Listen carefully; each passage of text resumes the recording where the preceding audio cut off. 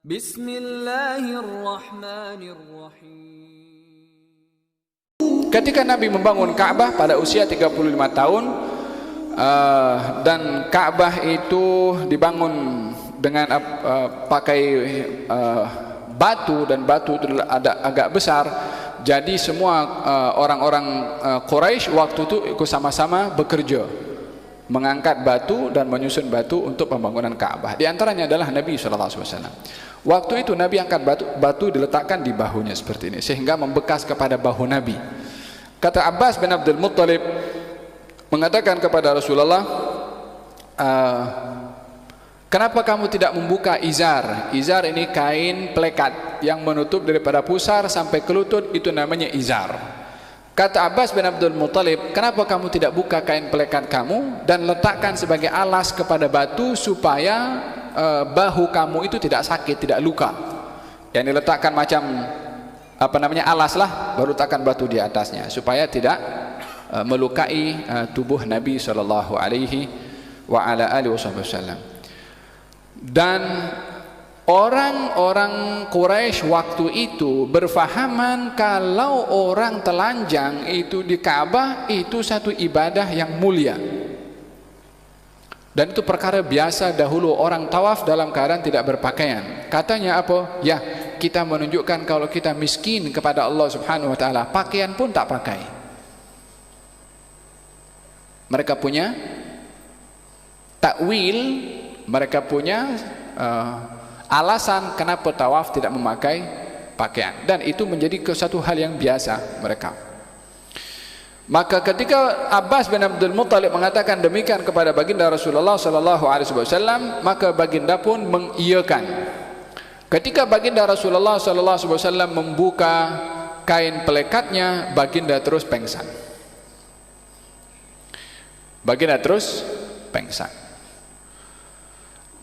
Dan mendengar satu suara yang melarang Nabi untuk membuka auratnya. Dalam riwayat yang lain dikatakan bahwasanya annal malaka nazala fashadda alaih. Malaikat turun dan ketatkan balik kain pelekat Nabi. Yang kemudian Nabi terus pengsan.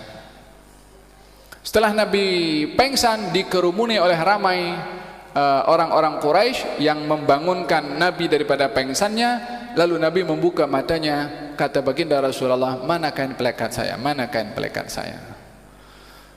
yakni kain pelekat itu masih ada di badan Nabi Muhammad sallallahu alaihi wasallam. Ini adalah merupakan satu penjagaan daripada Allah terhadap Nabi sallallahu alaihi wasallam walaupun beliau belum diangkat menjadi nabi. Walaupun beliau belum diangkat menjadi nabi, apa perkara yang tidak layak kepada seseorang dilakukan, apatah lagi orang itu adalah akan menjadi orang yang mulia, maka hal itu akan dilindungi oleh Allah terhadap Nabi SAW untuk tidak berlaku, sehingga mereka tidak akan menjumpai sedikit pun daripada kecacatan yang ada kepada Nabi SAW, yang mereka boleh gunakan senjata untuk caci Nabi atau mengaibkan Nabi dengan satu kejadian yang terjadi sebelum Nabi diangkat menjadi Nabi. Mereka tak jumpa. Gal kata baginda Rasulullah, dahulu saya pernah diajak untuk tengok tari-tarian, yakni ada macam konser zaman jahiliyah dahulu. Katanya yang bercerita Nabi sendiri, ketika aku mengembala kambing, ada beberapa kawan yang ajak kepada Nabi untuk tengok itu acara-acara yang laghah, ada tarian-tarian dan seterusnya. Kemudian kata baginda Rasulullah menitipkan kambing yang digembala oleh Nabi kepada satu orang. Ini masih remaja masa itu. Kemudian pergi ke tempat untuk tengok tarian, untuk tengok acara-acara yang laghah. Sampai di situ Allah hantarkan tidur kepada Nabi, dan Nabi tidur sepanjang malam. Apa yang berlaku daripada acara itu Nabi tak tengok, sebab Nabi tidur.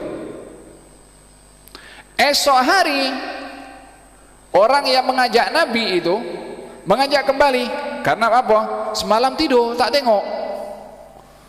Diajak balik untuk melihat, menyaksikan kembali. Kali yang kedua Nabi datang, kali yang kedua itu terjadi perkara yang terjadi semalam.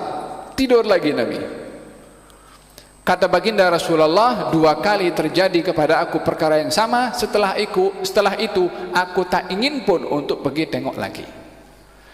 Ini adalah satu hantaran dari Allah kepada Nabi untuk menjaga Nabi daripada segala kecacatan. Walaupun bagi mereka yang hidup di zaman itu syariat tak ada, wahyu tak ada, pendakwah pun tak ada sesiapa yang boleh memberitahukan mana yang hak, mana yang batil. Perkara itu adalah perkara yang biasa bagi mereka orang-orang Quraisy zaman itu. Khamar macam air, tak boleh orang hidup tanpa khamar di zaman itu. Idzan, karena perkara itu walaupun tak ada Nabi dan mereka tak boleh membezakan mana yang batil, mana yang hak, tapi perkara itu adalah hakikatnya batil, Allah lindungi Nabi daripada perkara yang tersebut. Ini bahagian daripada perlindungan Allah kepada Nabi SAW. Oleh sebab itu berlaku perbezaan antara ulama. Adakah ismatul anbiya, penjagaan Allah terhadap Nabi daripada segala kesilapan, sebelum diangkat menjadi Nabi atau bermula ketika Nabi itu diangkat menjadi Nabi? Dilihat daripada yang terjadi kepada baginda Rasulullah, beberapa kali Allah melindungi kepada Nabi SAW. Yang pertama ketika nak tengok kepada acara-acara yang laga, Allah hantarkan tidur. Yang kedua ketika Nabi ingin membukakan pelekatnya, Allah pun hantarkan malaikat untuk mengetatkan balik, dan Nabi pada akhirnya pingsan.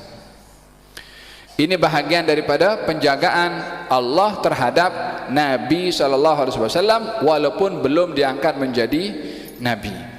Fama ru'ya ba'da dzalika uryanan, dan tidak pernah lagi dinampak Nabi setelah itu